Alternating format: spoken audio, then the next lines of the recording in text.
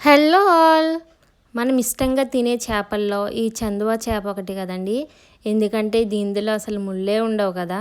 అందుకోసమని మనమే కాకుండా పిల్లలు కూడా చాలా ఇష్టంగా తింటుంటారు. ఇంకెందుకు ఆలస్యం, రండి రెడీ చేసేద్దాం. ఏ చేపలనైనా సరే వాళ్ళే క్లీన్ చేసి ఇస్తారు కదా. దానికోసమన్నా మనం ఇంటికి వచ్చిన తర్వాత డైరెక్ట్గా క్లీన్ చేసుకోకూడదండి.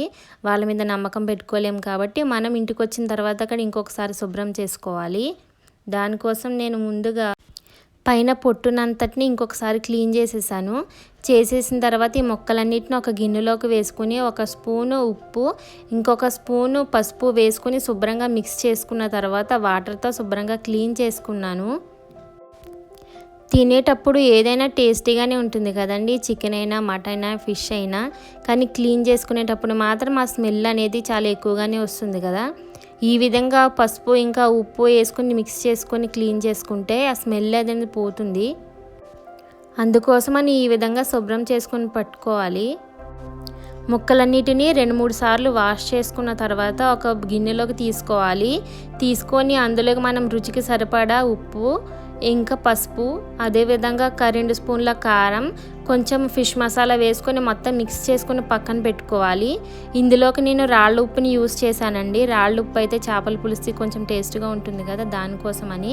ఇవన్నిటిని మిక్స్ చేసుకొని చేపల్ని ఒక అరగంట సేపు సైడ్కి పెట్టుకుంటే ఉప్పు కారం అనేది చేప ముక్కలకి బాగా పడుతుంది కదా. అలాంటప్పుడు చేప ముక్కలు టేస్ట్గా ఉంటాయి. లేకుంటే డైరెక్ట్గా వేసేసామంటే ముక్క మనకి కొంచెం చప్పగా ఉన్నట్టు అనిపిస్తుంది.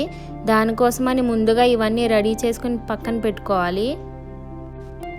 ఈలోపు మనం గ్రేవీ కోసం కొన్ని ఉల్లిపాయ ముక్కలు, అదేవిధంగా పచ్చిమిర్చి ముక్కలను అన్నీ తరిగి పెట్టుకోవాలి.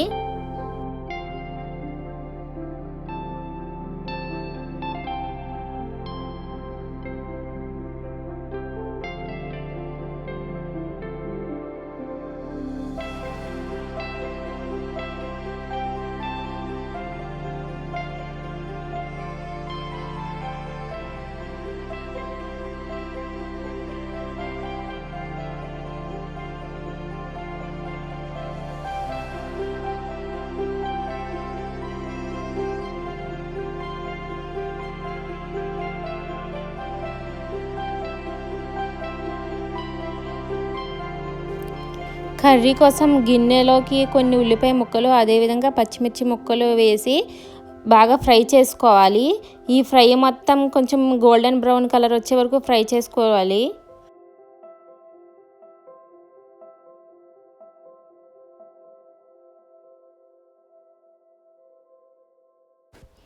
ఆనియన్స్ కొంచెం తొందరగా ఫ్రై అవ్వాలంటే అందులోకి కొంచెం ఉప్పు యాడ్ చేసినట్లయితే కొంచెం తొందరగా ఫ్రై అవుతాయి.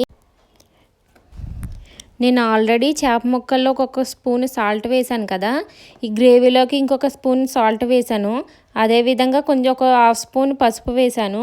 ఇవి మొత్తం మిక్స్ చేసుకొని ఆనియన్స్ మొత్తం ఫ్రై చేసుకోవాలి.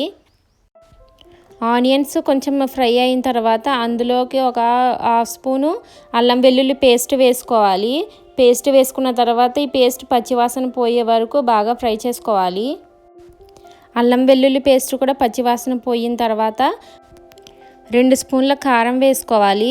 నేను ఆల్రెడీ ఫిష్ ముక్కల్లో ఒక స్పూన్ కారం వేసాను కదా, ఇందులోకి 2 స్పూన్ల కారం వేసాను. అదేవిధంగా పచ్చిమిర్చి కూడా ఉన్నాయి కాబట్టి కారం సరిపోతుంది. అందులోని ఇది ఎగురు కూర కదా, కారం ఎక్కువ పట్టదు. కారం వేసుకున్న తర్వాత కారం కూడా పచ్చివాసన పోయే వరకు మొత్తం అన్నిటిని కలిపి బాగా ఫ్రై చేసుకోవాలి.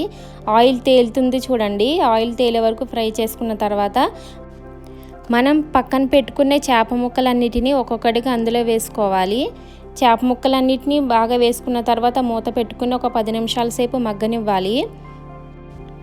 ఈ చేప ముక్కల్ని మనం ఎక్కువసేపు గరిటెతో తిప్పకూడదండి.